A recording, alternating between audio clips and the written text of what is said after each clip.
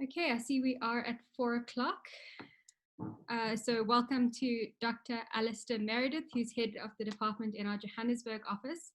He's going to be taking us through the 1940s, war, exile, and new beginnings.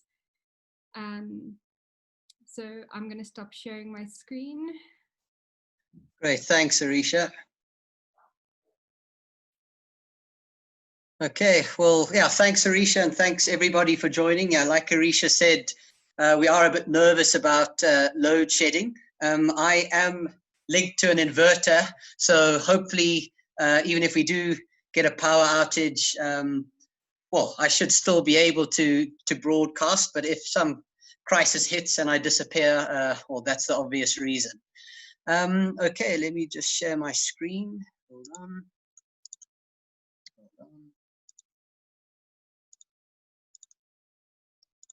Okay. Okay, can everybody see my screen? Arisha, you just give me a thumbs up if you can see my screen. Okay, great, thank you. Okay, so today's talk is called 1940s War, Exile and New Beginnings. We're always thinking about new ways to approach items coming up in our auctions, and we thought that maybe it might be a good idea to sort of focus in on a single decade and try and look at the works in our sale that are either made in that decade or made by artists born in that decade or by artists who perhaps passed away in that decade. It is a rather strange viewpoint, of course, and I think many academics might be rolling their eyes. It is a little bit of fun, but at the same time, it does allow very unusual, I think quite exciting comparisons in some cases. So yes, as I said, I'll be focusing on the 1940s, and tomorrow Wilhelm van Rensburg will be focusing on the 60s. So to start, these two pictures happen to bookend the 1940s. They're both by Alexis Preller, and they're both in our sale, two highlights in our upcoming auction. We have 10 works by Alexis Preller in the sale, of which these are two. As fantastic as Preller was in the 1940s, it just so happens we don't have a single example from the 1940s. We have this one on the left, the three figures Congo, and the head of a Mapocha woman on the right. The three figures was done in 1939, and the head of a Mapocha woman in 1950. So they, as I say, bookend the decade that we're going to look at today, which is interesting for a number of reasons, some of which will hopefully sort of become apparent shortly. I also thought what I'd do is I'd literally go year by year. I'll give you some very basic historical touchstones, as well as mentioning what's going on in the wider art historical world. But naturally, we'll be more focused on South African pictures and the pictures actually coming up in our sale at the end of the month. Anyway, 1940. I suppose starting off on the 1st of September 1939, of course, the invasion of Poland. Hitler, of course, viewing his troops here, the ultimatum expires on the 1st of September 1939, and the world essentially is at war, which is interesting because a little skinny man called Alexis Preller happens to be in the then Belgian Congo on the 1st of September when the ultimatum runs out. He most likely would have just finished a work like this.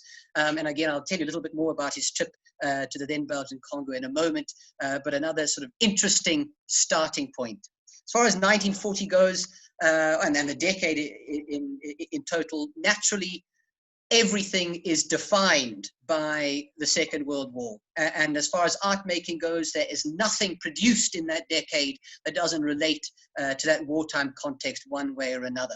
Whether it is fear or reportage in the first 5 years of the decade, or some kind of sense of new beginning or regeneration or return to order in the latter half of the decade. In terms of 1940, of course, it begins in what the May and June of the evacuation of Dunkirk.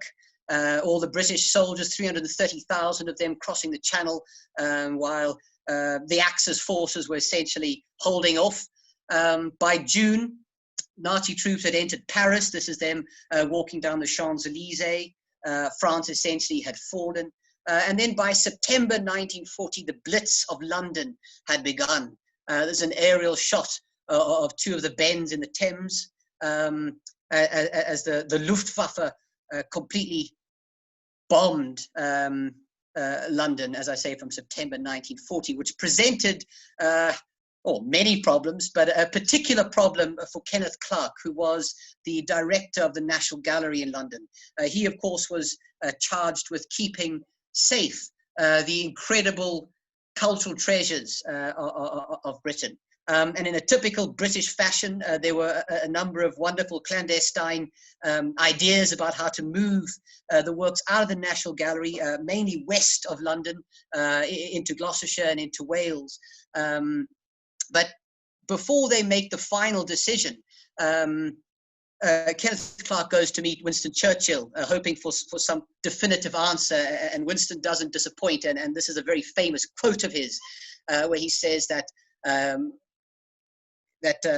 we're willing to hide them in caves and cellars, but not one picture shall leave this island, which is a fantastic attitude, of course. It very much typifies his wartime spirit. But anyway, all these different vans and lorries were packed and disguised, loaded with, as I say, cultural treasures, and sent west out of London and mainly into Wales, and ultimately to the Manod Quarry. I'm not going to pretend or try to articulate the rest of that place name. But in this Manod Quarry, they built these additional brick and mortar bungalows inside the quarry, ready to take all these pictures. We'll see on the bottom right here, the Mother and Child by Sandro Botticelli coming out for examination. And they actually made enormous advancements as far as painting conservation is concerned.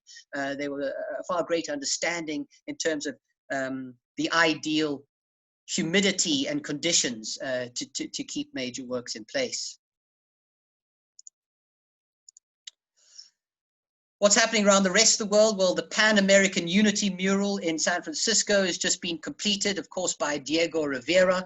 He is in San Francisco at the time, or towards the end of the year, where he happens to remarry Frida Kahlo. This is the happy couple, sort of just beforehand. They marry in the December of 1940. Major artists do pass away. Edward Vuillard as well as Paul Klee both die in 1940.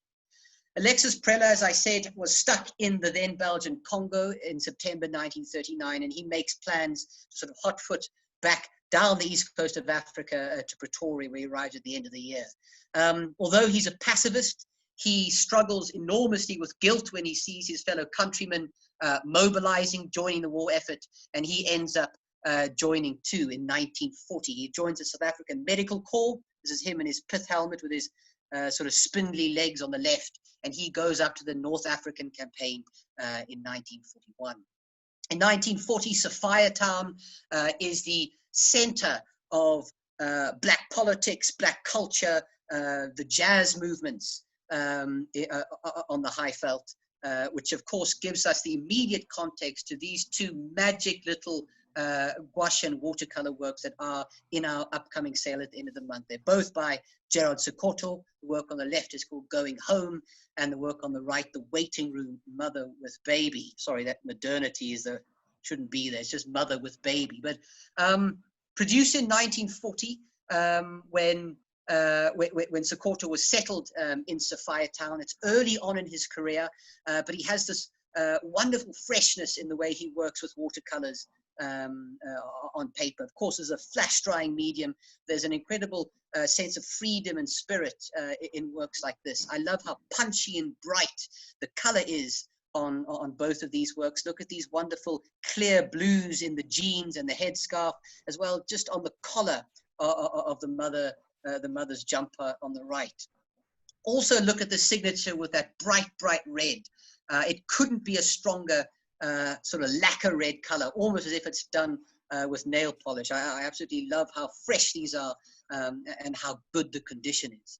In 1940, Sekoto painted this Yellow Houses, a street in Sophiatown, hugely important oil on canvas. for many reasons, one of which being that it was the first major artwork bought by the Johannesburg Art Gallery that was executed by a black artist. That was, as I say, in 1940. I think when you look at these kind of works, there are a few things you need to think about.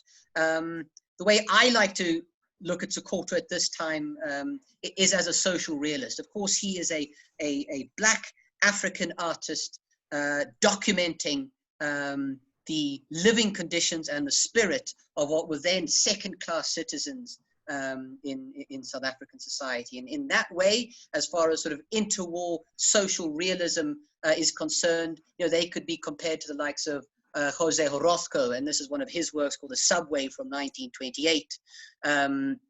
You also need to think of someone like Diego Rivera, who's producing this sugarcane plantation mural in 1931. And Sekoto is our Thomas Hart Benton. This is his cotton pickers from the mid-1940s. Anyway, this talk does bounce around a bit because of the sheer nature of its structure, but I love the idea of thinking that while Sekoto was documenting what was going around him in Sophiatown in 1940, it was also the year that Conrad was born. And we have this wonderful quiver trees, his sort of famed, iconic Koenakeefe that he loves painting so. And this work is also in our sale at the end of the month. And there's an elderly Conrad there on the right in his studio at his easel. 1941, I suppose on the war front, certainly as far as South African troops are concerned, there was I suppose a counter push in the East African campaign. Rhodesian, Southern African troops pushing into the Italian East African colonies, Eritrea, Somalia, Ethiopia, essentially, and making some inroads there. Mount Rushmore was completed in 1941. This is work shortly before completion. Also, with what was going on in a war-torn Europe, there was this enormous exodus of modernist European artists, those that could leave Europe, going specifically to New York. So in 1941, you had Max Ernst arriving in New York, and he happens to marry Peggy Guggenheim, who's sitting there to his left, late in 1941. In the UK, Jacob Epstein, who's one of my favorite sculptors, he unveils his fantastic Jacob and the Angel, this wonderful sort of Brancusi style, return to order, solid sculptural work with obviously Jacob and the Angel, fantastic work, 1941. 1941, we also start to see some of the first spectacular official wartime artists producing canvases coming out of Britain. So you have a work like this by Paul Nash, a work called Totes See, which essentially means Dead Sea in German. It is one of the most remarkable paintings you will ever see, one of the high points of wartime picture making. It's this aircraft graveyard in 1940, 1941, almost appearing like a stormy sea, sort of washing up onto a beach, sort of this eerie half moon on the horizon. Unbelievable painting by Paul Nash, 1941. South African artists are also mobilizing officially. Neville Lewis becomes the first official war artist during the Second World War in 1940. He paints this wonderful work of Job Maseko, happens to be in 1942. Other artists, war artists, that paint official work both on the home front and in Europe, mainly Italy and on the North African campaign, include the likes of Philip Borkum. This is his sort of Naples after the bombing. It's a little bit later, it's 1945. You also had Terence McCall, an official artist. Here he's painting at Lake Maggiore. And one of my favorite wartime works in the center there, it's by Dorothy Kay, a work called War News, which I've spoken about before at length, a fantastic painting a little bit later in 1945. Another fantastic South African war work is this one here by Francois Cricher. We were lucky enough to sell this work in a Cape Town sale about 3 years ago. It shows Opera Square in Cairo in about 1941, 1942. And it's painted from the Savoy Continental Hotel, one of these little balconies that you see this couple kissing on. And it's a fantastic topographical, hugely historically significant painting by a South African artist in wartime Cairo. As far as works actually painted in 1941 in our sale, we have this lovely watercolor by Pierneef. It's of Rooival Sabi, a very delicate work taken or painted from a height.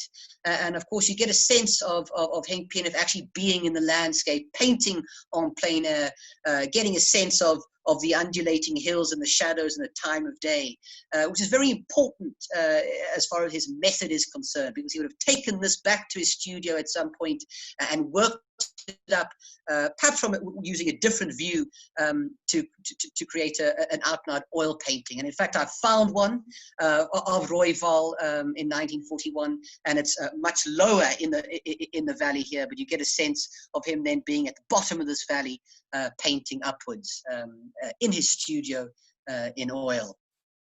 In 1941, a couple of deaths. Hugo Naudé, the wonderful sort of Cape Impressionist master, dies. We have this fantastic painting of Namakwaland by Hugo Naudé in our sale. This is probably his iconic subject matter.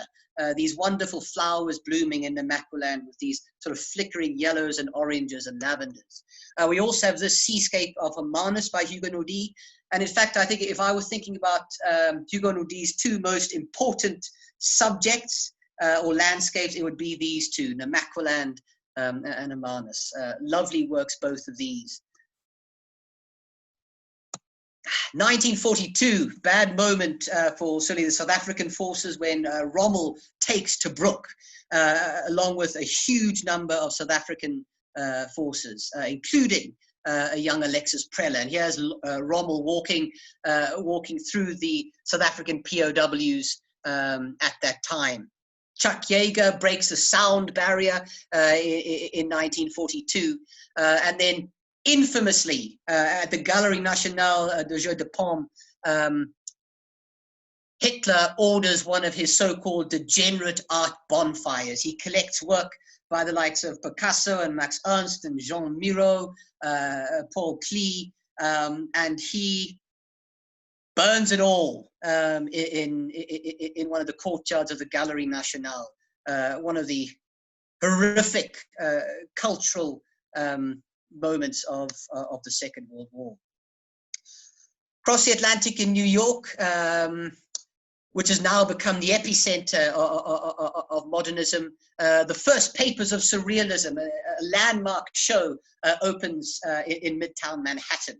And it is remembered for this work called Twine by Marcel Duchamp, who I suppose criticizes the idea of surrealism by rolling this 1 mile long length of twine all through the gallery, making it almost impossible to move around and to view the works, which of course were what visitors were planning to do at an exhibition. In terms of major artworks being produced, Nighthawks by Edward Hopper is painted in 1942. Back to our sale and back in South Africa, in 1942, John Mohl paints this wonderful acacia karoo in flower, and this is in our sale. Mohl is enormously popular. He's an incredibly important mid-century South African artist, and this to me is one of my favorite examples. We have another work called The Veld Firefighters, Western Transvaal, also in the sale. And maybe the one on the right is a more typical Mohl scene, with figures either fighting fire or moving through a rainy landscape. But this acacia karoo in flower just captures John Mohl appreciating nature. You need to bear in mind that this is flat bang in the middle of the Second World War, and he's out by himself painting this wonderful flowering acacia. Other works from 1942 include these two, the work on the left of Farmstead with Chickens by Gregoire Boonzaier, very typical in many ways. It's a sort of wintry Cape scene, these gnarled oaks without their leaves, these little chickens sort of scrabbling around sort of amongst the roots, these Cape Dutch homesteads, and a real sense of a wintry, cold Cape. And to me, it's a typical war mood picture. You need to keep remembering that these aren't exactly sunny times anywhere in the world. Gregoire famously struggled to find canvases during the war, and he ended up using curtains, home curtains, which he would then stretch over canvases. And I've probably seen about 3 or 4 examples of a beautiful wartime Gregoire on the front, and then a sort of out-of-date patterned curtain on the back.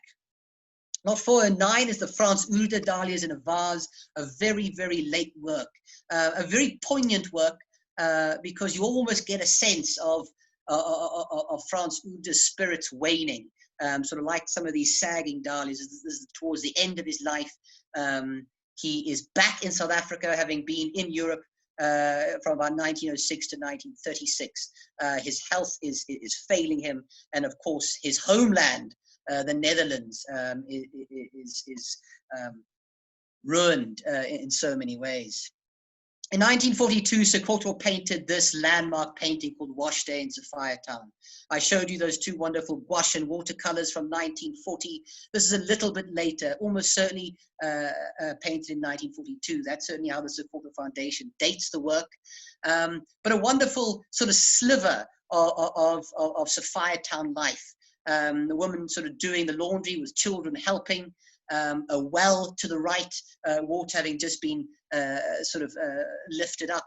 Risha did a lovely video on this work, and I urge you to watch it after this. This lovely blue in the woman's headscarf with these sort of red polka dots, this figure almost with a turban coming out of the doorway, and the wonderful blue caught up in the sky as well as in the windows. This well structure also reminds me of a work called Breng the Reams by Alexis Preller that he painted in 1935, a much sunnier kind of picture inspired by Vincent van Gogh. The other major wartime black painter is, of course, Moses Claudi, the long lost, long forgotten Moses Claudi, the first major landscape painter, black South African landscape painter in the more sort of Western tradition, I would argue. And he served his country too. He was posted to Kroonstad, to a weapons depot during the war, which is when he would have painted this fantastic work called Near the Mill in Kroonstad. It was the first major work by Moses Claudi to appear on the secondary market. We sold it in November 2017. It went almost 10 times above its estimates, selling for 350,000 rand, but painted at the same time as that a wonderful Washday work by Gerard Sekoto. Other important black artists born in 1942 include Lucky Sibirya and Dumilifeni.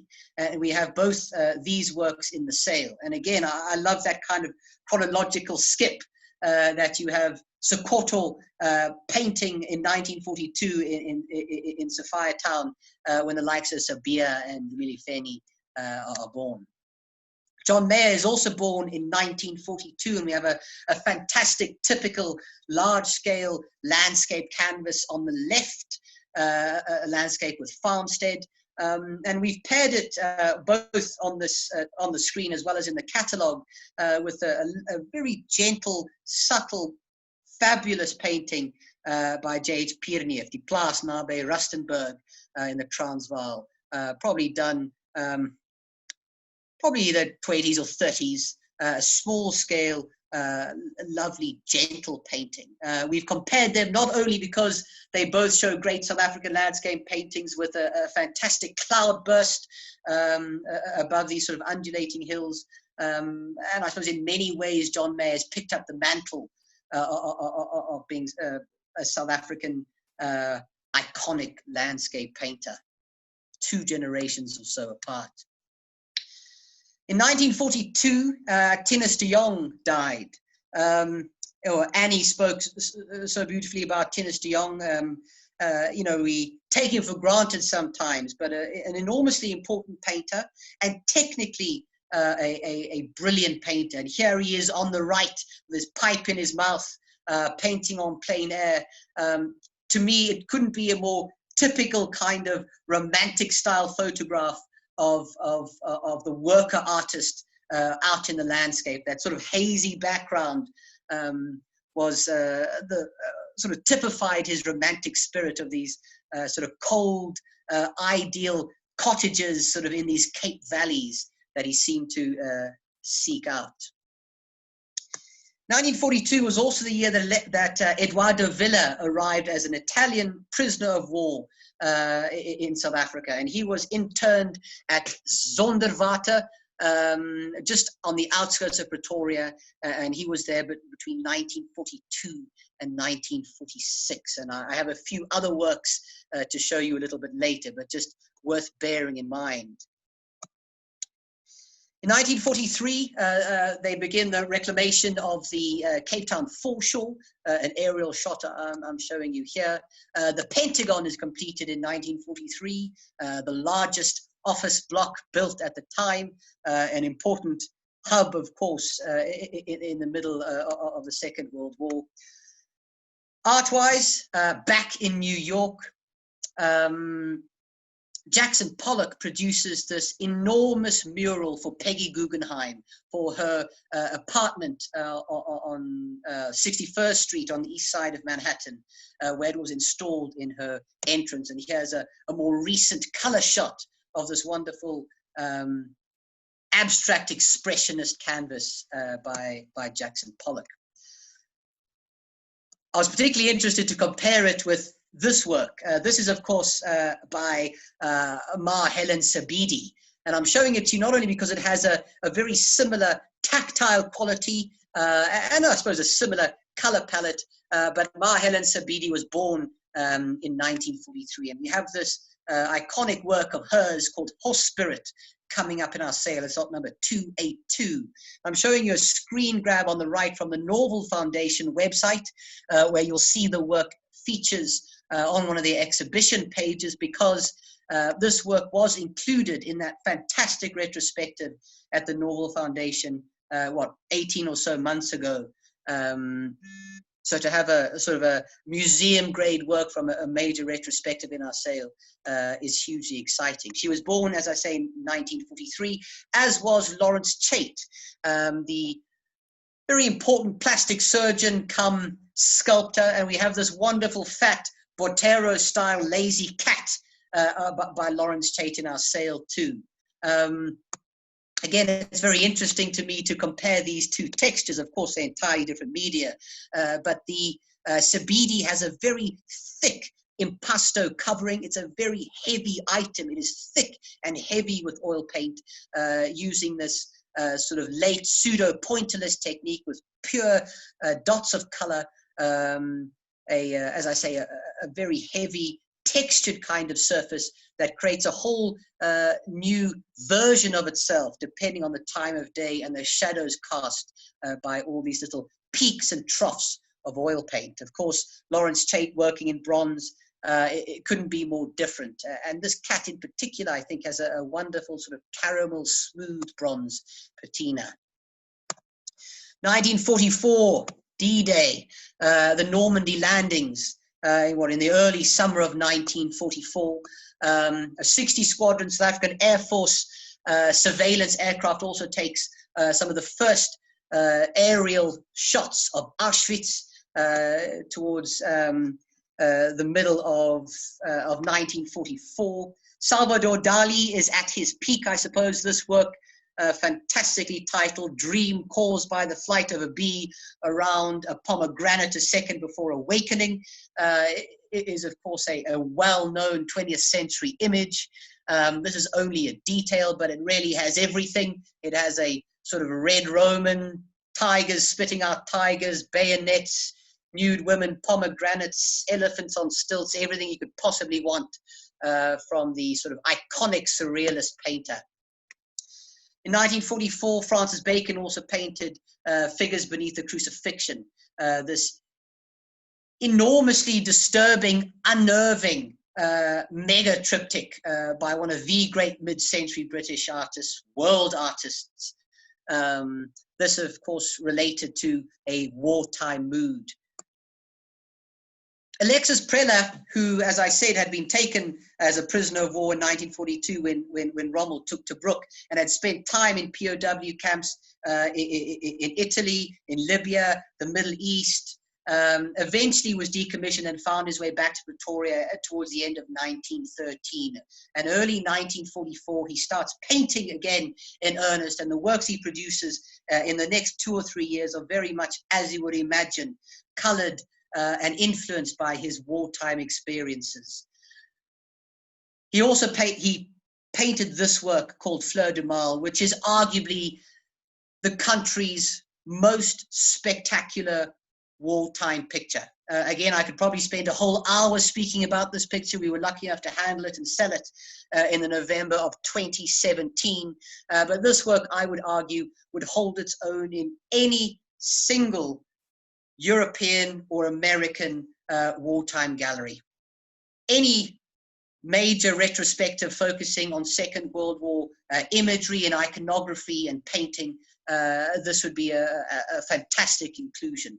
You have those lovely petals and butterfly wings on the surface of this body as a wonderful symbolic, poetic metaphor of rejuvenation and sort of new beginnings from 1944 onwards. 1944, Henry Davies was born, one of my favorite local sculptors, based mainly in Pietermaritzburg. And we have this lovely flower box work in the sale. So those are the wrong estimates, sorry. I think it starts at about 25,000 Rand.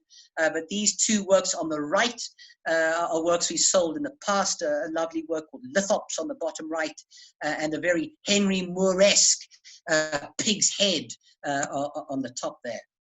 In 1944, Frans Oede died. I showed you those dahlias in a vase a little bit earlier from 1942. I told you his health was failing him. He dies in 1944. These two works are amongst the group of Oedes we have in our upcoming sale. The work on the right is, of course, a mounted colonial soldier from Oede's time as an official war artist during the Anglo-Boer War between 1899 and 1902, and the work on the right, an encampment with wagon, another early work by Frans Oede. And here you see the artist's enormous importance in terms of topographical and reportage painting late in the 19th century and early in the 20th century on the Highveld. He had arrived in the same year as Anton van Wouw in 1890, and he leaves back to the Netherlands in 1906 before returning in 1936 for the final 8 years of his life. That second European period, which would have been when he would have painted this work, this farmyard scene, I'm sure. This is also in the sale. It's a fantastic painting with a really unusual composition with this bow sort of going over the top, this sort of girl chasing ducks in the center of the foreground. But I have to show you a detail. Look carefully, if quickly, at these wonderful brushstrokes, this incredible mark making by Frans Oede. Look at those bright sort of volcanic oranges top right, these flecks of sort of mustard and olive and purple and green and blue. There's a wonderful sense of the artist at the top of his game in a work like this. He was an out-and-out painter, being able to make sense of a scene through these incredible sort of calligraphic strokes. 1945, the war ending, and of course the famous monuments men find their way to Altosi, the salt mines in Austria, where they recover so many of Europe's cultural gems that Hitler and his regime had stashed away in these salt mines. You see the Ghent altarpiece in the background here. This is the Reichstag in Berlin in 1945. Allied forces having taken the city. Of course, its facade is entirely blown to smithereens. There's an incredible photograph of this sort of classical figure, chipped and ruined and broken on the ground in the front of the Reichstag. This is June 1945. Of course, it's also the time when Little Boy is dropped on Hiroshima, the beginning of the nuclear age. Our Jan Smuts is, of course, at the San Francisco conference,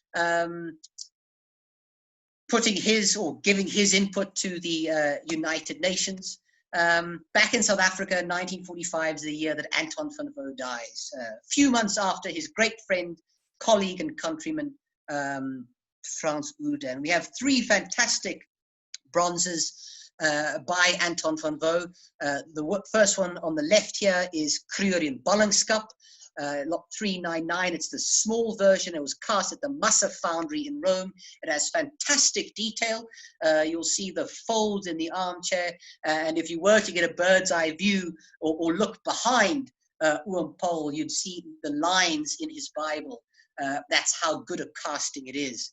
It is a slightly later casting coming from the Massa Foundry, so we know it would have been produced from the late 1920s onwards. We also have a little hammer worker maquette, another small-scale work by Anton van Wouw. It measures about 13.5 centimeters in height, which is remarkable when you think of the fantastic detail. Look at the figure's head, look at the hair, look at the sideburns, look at his ears, look at the candle flickering in the rock face. We're also delighted to have a casting of the Scout. Now, the Scout is a rare bronze by Anton van Wouw, conceived in 1910, but cast, of course, thereafter until his death in 1945. This, a Massa casting.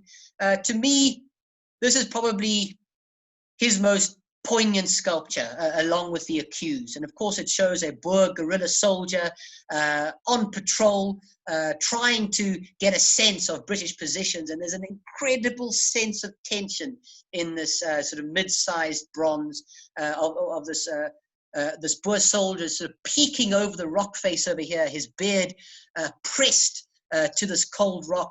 He is shivering, you sense, bravely under this blanket. And again, the sense of tension obvious in how forcefully he's pushing his fingers into the rock face. You see his Mauser rifle laid down on the right, as well as his felt hat.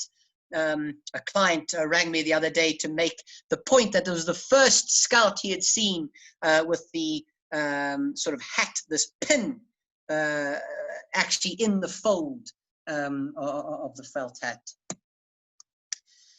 These two paintings were also done in 1945. Maud Sumner on the left, a very typical, gentle, yet beautifully coloured still life. And then on the right, Pierneef, this landscape with purple mountains, very typical, using the kind of palette he would have developed during his first and second trips to the then Southwest Africa in 1923 and 1924. And this work comes from the collection, or the property of a Pretoria collection, which you'll notice in the catalogue. We have a few works by Henk Pierneef, all painted in 1945. A low-felt landscape with trees on the right, sort of a monumental styled Pierneef, this wonderful icy palette, these sort of leadwood trees, as well as those sort of Anna or iconic acacias in the background. And then a very unusual, very interesting work called Mountain Pass on the left from 1945. And it's interesting to me for a number of reasons. The first being its comparison to this work I'm showing you on the right. You'll see immediately it's the same scene, it's the same picture, and I suppose it catches Pierneef channeling Claude Monet, painting the same scene at a different time in a different light, just like Monet would have done with his haystacks near Giverny, starting in about 1890 and through to 1891. 1946. The war is over. Europe is in shreds. This is Dresden, that of course was terribly hard hit by Allied bombings. In terms of deaths and births on the artistic front, the great American photographer Alfred Stieglitz dies in 1946, sort of strangely replaced by a far more controversial photographer, Robert Mapplethorpe. He's born in the same year, and this is him photographing a young Hockney, I'm guessing maybe on the South Bank in 1976. Showing you Hockney because in many ways he reminds me of our and Walter Battiss in terms of his sense of humor, I'd say. But here's Walter Battiss on the left. And I'm showing you an image of him here because in 1946, he is very much a schoolmaster at Pretoria Boys High. I would expect he wouldn't have been too keen on a scene like this. This is the combined cadet force at Pretoria Boys High on the fields here, sort of all the boys in their kit. You'll see the sort of famous Pretoria Boys High dome on the horizon there, which is important because we happen to have two spectacular paintings by Walter Battiss from that year, from that time, from that scene, from that school even. Both of these show the sports fields at Pretoria Boys High. The one on the left, an athletics meet. Again, you'll see the dome in the background.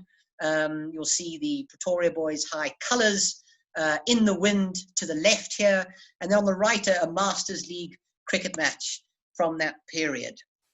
We were lucky enough to find these sort of near contemporary sort of sporting photographs. You'll notice the bicycles.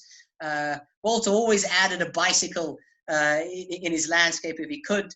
There's that fantastic painting of boys swimming at the Tatham Art Gallery that some of you will know or be able to bring to mind, where you have these boys swimming in this outdoor dam, having sort of chucked their bicycles and their clothes sort of on the shore. 1946 is also an enormously important creative year for Irma Stern. Stern, of course, being very Eurocentric in terms of her training, having developed in so many ways during the German expressionist period in the 1920s and 1930s. During the war, she is distraught at not being able to travel to Europe and also heavy-hearted by what she knows is happening to the European landscape. She makes a number of sort of Central and East African trips during that time. She, of course, goes to Zanzibar twice from 1939 onwards, and she goes to the then Belgian Congo or Rwanda in 1942 and again in 1946. And she spends time in this area, which is on the border of Rwanda, or the Lake Kivu area. And this is a fantastic image, well, to me at least, of the Nyiragongo volcano near Lake Kivu, which happened to erupt in 1939 when, of course, a youthful Alexis Preller was in that exact same area. But Irma Stern paints a number of works on the second trip to the Congo in 1946, including this work, the Congo forest scene, one of the major spectacular highlights in our upcoming sale. I have to say it is maybe one of my favorite Sterns I've ever seen. It is absolutely spectacular. It is lush. It is fleshy. It is sculptural in the way she's painted it. Going back and forth, you'll of course notice the Nyiragongo volcano in the background. In Stern's image, sort of hidden by clouds and mists, these wonderful blues and purples on the horizon, and these spectacular electric greens in this verdant foreground. We often talk about handling works of museum grade quality, and I would say absolutely this is one of them. And to make that point very literally, I can show you a few other similar works produced by Stern Institutions. The work on the right is a Congo landscape or jungle. Sorry, that date is wrong. It was not painted in 1932. It was painted in 1942, which was on her first trip to the Belgian Congo. And this work is kept at the Irma Stern Museum in Rosebank in Cape Town. Many of you would have seen it. Here it is hanging in situ at the museum. This is another one. I will admit it's a terrible photograph. Painted on that same second trip in 1946, Congo landscape. It's an accession number 21 from the Irma Stern Museum in Cape Town. I love this painting too, but I have to say, between us, I hope Christopher Peter isn't listening, but the forest scene coming up in our sale blows this one out of the water. They're both fantastic works, but the one coming up is extra special. It happens to have its sort of Zanzibari style period frame, which marks it out as extra special too. Her famous trips were, of course, to the Congo and Zanzibar, but Stern spent a lot of time traveling around the south coast and KwaZulu-Natal, where she would have painted this work. It's a Natal landscape, painted 10 years prior in 1936, and this work is also at the Irma Stern Museum, and in many ways it's a precursor to our wonderful Congo forest scene. At the same time as she painted the Natal landscape on the right, she also painted this near Amanzimtoti fantastic wash in 1936, which is also coming up in our sale at the end of the month. I have made this comparison before, but I'll make it again because I think it's important. I love showing these two works together. Irma Stern painting in the Congo in 1946 and Alexis Preller painting this work called Revelation only a few months prior, but very much reminiscing on his very important trip to the same area, Lake Kivu, in 1939. And both of these artists are using the Congo landscape to make, I think, very different comments on not only their personal iconography, but also, I would say more broadly, on the idea of a post-war civilization. You need to remember that the landscape in Britain at this time, 1945, 1946, is pockmarked, it is devastated, it is ruined. Here's a P-47 Thunderbolt flying over Berchtesgaden, sort of Hitler's sort of final stronghold. But look at these massive craters left by the bombs. Look at the trees stripped of all their branches and their leaves. This is the European landscape in 1945, 1946, which couldn't be more different, I would argue, to this very lush tropical scene that Stern paints in that year. And I suppose to just labor on that point for one more moment, this is a little work called Adam and Eve by Stern. It's also in the Irma Stern Museum. And I think you'll see the similar kind of Congo jungle in the background. And to me, she's used that Congo scenery as her version of Eden at the end of the war in 1946. Hugely important painting, not to mention a knock your socks off picture. 1946, Frida Locke, always closely compared to Irma Stern, paints this fantastic little still life. I was rooting through some of the previous works we sold by Frida Locke and came across this. We sold it in 2015. It's one of Frida's lovely intimate interiors that she's so famed for, but you'll notice the exact same tablecloth and a similar sort of bouquet in the middle of the table there. This was painted in 1947, which is very important because both of these works were painted weeks or months before Frida Locke made her own trip, following in Stern's footsteps in many ways to Zanzibar, where she paints works like this. She spends about a year and a half on the east coast of Africa, where she paints the Comorian boy on the left and this doorway in Zanzibar on the right. She also used the local moldings to frame her works, much to Irma's absolute fury. And there was certainly no love lost between these two artists. 46, Keith Alexander was born. We know Keith Alexander, of course, with these kind of works. The Boulder, which is in our upcoming sale, comes from the property of a collector. These sort of pseudo-futurist, surreal paintings, large in scale. It's important to know that Keith Alexander started out, however, as an abstract sculptor under the tutelage, under the guidance of Henry Davies at the University of Natal in Pietermaritzburg, which is a nice little roundabout link.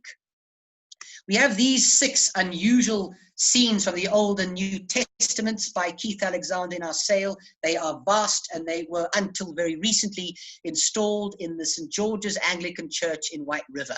Keith Alexander was part of that congregation. It's owned by the Trust, and it is now being sold to benefit the Trust to essentially keep the church going. So hopefully it gets a very good price for that little St. George's in White River. 1947, the famed royal visit that created so many fantastic photo ops like the one I'm showing you here. This is the royal party with Jan Smuts on the lowest slopes of Table Mountain. 1947, Robert Broom discovers Mrs. Pless in the Sterkfontein Caves, a major moment there. This is the wrong way around, but in 1947, Cecil Higgs paints this fantastic work called Washerwoman, which is in our sale. And I'd like to bust an ongoing myth about Cecil Higgs, and that's mainly around her sex. I think a lot of people think that Cecil Higgs was a man, but Cecil Higgs was very much a woman, and one of our great women mid-century painters, a very unique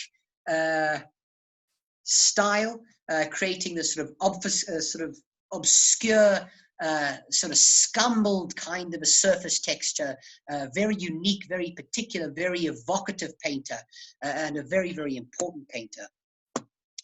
1947 is an incredibly important year for Gerard Sekoto for a number of reasons. I showed you his Sophiatown period from about 1940 to 1942. He then spends time in Cape Town, and between 1945 and 1946, he spends time in Eastwood on the outskirts of Pretoria. And this, in many ways, is the high point of his career. His so-called pre-exile period, where he's living and working in South Africa, sort of in the lead up to the National Party taking power in 1948, creating these incredibly poignant, politically charged, velvety canvases, which I think many academics would identify as his most important. And this work here, The Visitor Eastwood, is a spectacular example. Painted in 1946, 1947, it shows this male figure with some kind of luggage or items to be delivered, essentially visiting or passing through, and this mother sort of gripping her son or daughter, talking in the middle of this sort of buttery yellow and orange road with this vibrating green background. If you look closely in a detail, look at those pinks, those salmon pinks and sunlight oranges, and these wonderful little highlights of blue on the jacket. And you'll remember those same blue highlights in those 1940 gouaches I showed you right at the beginning. 1947 is also this landmark year for Sekoto when he leaves South Africa. He goes into self-imposed exile and he goes to Paris, never to return.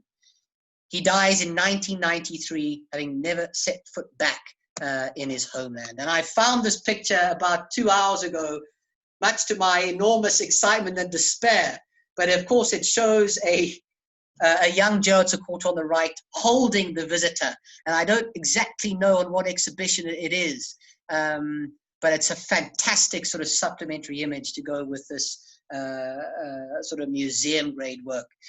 There Sekoto is on the left, photographed late in his life in his Paris flat by Peter Johnson, Susie's father, which is a sort of another special moment. I'm going to skip through this because I know I've got to keep an eye on the time. I'm only in 1947. But in 1946 and 1947, there's an influx of important British-trained modernist painters that settle mainly in Natal. They include Norman Dunn, who arrives in that year. He takes up the role of art master at Hilton College in 1947, and he paints works like this, Shiva and the Bishop and Shrine with Medallions, around this sort of early period of his arrival. The other two major British modernists that arrive actually a little bit earlier in 1946 are Jane and Jack Heath, and they have an enormous influence over generations of Natal-based students. They still have an influence over them, I would argue. Both Jack Heath and Norman Dunn, in works like the ones I'm showing you on the right, are very much working in the mood and in the spirit of the great Graham Sutherland. And I'm showing you his Thorn Head on the left from the same year, 1947. They're, of course, all using these thorn-like motifs, conflating the idea of the modern, the technological, the weaponry of the time with these more organic, thorn-like structures. Really an amazing set of imagery being produced in Britain after the war, and also in Natal. 1948, of course, the National Party comes to power. A very different mood starts to sort of take the country. Alexis Preller specifically feels a tighter grip, a more conservative grip in Pretoria, and as a gay man, he starts to worry. 1947-48 is a turbulent time for him because, or for a number of reasons. He attempts suicide, he goes to the Seychelles, and he comes back rejuvenated. 1948 is the first Venice Biennale to take place after the war. And it's a very important one for many reasons. I've mentioned Peggy Guggenheim a number of times, but she takes over the Greek pavilion at the Venice Biennale in 1948, the Greeks having pulled out shortly beforehand. And she takes her marvelous contemporary and modern collection to the Venice Biennale and shows it in the Greek pavilion during the viewings. And this is her on the steps of the Greek pavilion holding a work by Pigian Vale, a work called Interno, painted in 1945. It's, of course, painted by her daughter, but it reminds me of a Walter Battiss. So I always think of Peggy Guggenheim sitting at the Venice Biennale in 1948, holding up a Walter Battiss. This is her installation. You see Jean Miro on the right. You see Alexander Calder on the left. A real high point, a high moment in sort of post-war modernism. And Peggy Guggenheim's assistant had this fantastic quote where he described the 48 Biennale as being like opening a bottle of champagne. It was the explosion of modern art after the Nazis had tried to kill it. And again, a sense of modernism being, or releasing its shackles, and art making exploding in this new post-war energy. But at the same time, looking back at the incredible so-called degenerate art that had been produced the 20 or 30 years prior to the war, so much of which had been destroyed in Berlin and in Munich and in Paris a few years before. Cobra is formed in 1948, a hugely important movement, a member of which, of course, was our own Ernst Mangoba. And in 1948, in this little farmhouse in Molteno in the Karoo, Johannes Meintjes produces a remarkable sculpture, which I'll show you here. But this is him overseeing some students drawing from life, drawing a model called Bill Curry. You'll notice Johannes Meintjes over their shoulders, but on the left here, or in the center rather, a young Peter Clark working from life. But Bill Curry is used as the model to produce this very important sculpture by Johannes Meintjes. This is the work in his room. There's his bed. It's a large-scale work carved out of yellow wood. You'll notice it has been sawn in half, I suppose very deliberately and publicly by the artist after some sort of elderly visitors had sniggered when they noticed the nudity. Of course, it's in the mode of Saint Sebastian the Martyr that has certainly over generations become a bit of a gay icon. 1949, and I am nearly finished. Pablo Picasso is doing his wonderful light drawings. He's just as creative as ever. Griselda Pollock is born in 1949, a sort of era-defining art historian, a post-colonial feminist art historian, one of the most important post-war art historians who I suppose many people don't know was born here in South Africa. We have this fantastic Portrait van 'n Man by Battiss Barnard, painted in 1949. It comes from the property of a Pretoria collector. It's important because in 1949, Battiss Barnard was in Paris, and she was working under this man, André Lothe, in his atelier there. Lothe was producing, or had produced works like this, and you'll see the very clear influence, not only in this sort of late Fauve's palette, but also these cubist elements in the structure of the head. We also have a fantastic, slightly later example by Battiss Barnard. This is one of my favorite abstract paintings in the sale, a work called Forms Within Forms, or Embracing Shapes. I said earlier that Edoardo Villa had been interned at Zonderwater in 1942 until 1946, but after his release, he decides to stay in South Africa, of course, and builds a career here. And he produces this bronze called The Violin Player in 1949. And I'm showing it to you because it is evidence of just how brilliant a modeler Edoardo Villa was. There's a wonderful sense of expression in that bronze head. But I'm showing you a much later work, an abstract composition, which is also in our sale 50 odd years later, to make the to make it clear what an incredible stylistic shift Edoardo Villa made from the late 1950s all the way through his career, following a much more abstract path. And I think this is a head of sorts, sort of a Picasso style, concave, angular head with these little sort of pouting lips in the center over there. We have a monumental mega work by Edoardo Villa also on the sale. It's called Mother and Child. I think James, our photographer, was shooting some drone footage of this work a little earlier today, and we'll release that video shortly. We need a drone to give you an idea of its scale. It measures 5 meters in height, and it's a remarkable and very important work from the first tubular sculptures he produced in 1974. I'm going to skip through these because we are out of time. Fantastic Maud Sumners from 1949.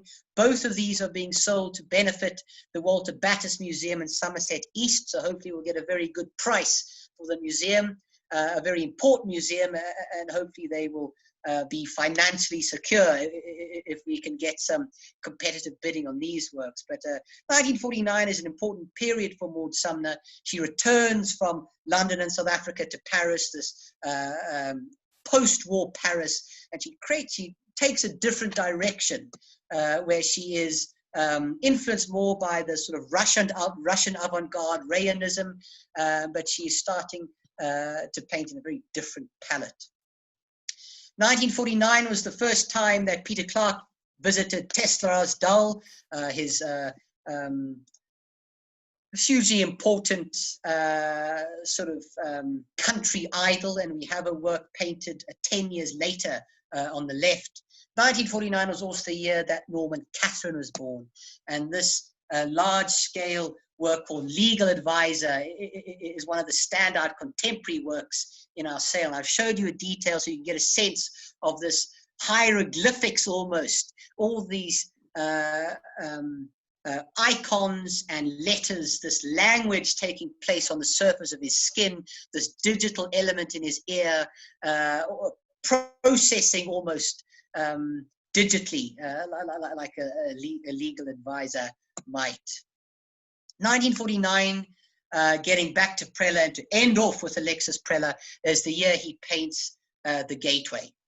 One of his very, very important works. I told you in 1947-48 he was having a turbulent time. He attempted suicide. He went to the Seychelles, and he returns to Pretoria in 1949, rejuvenated.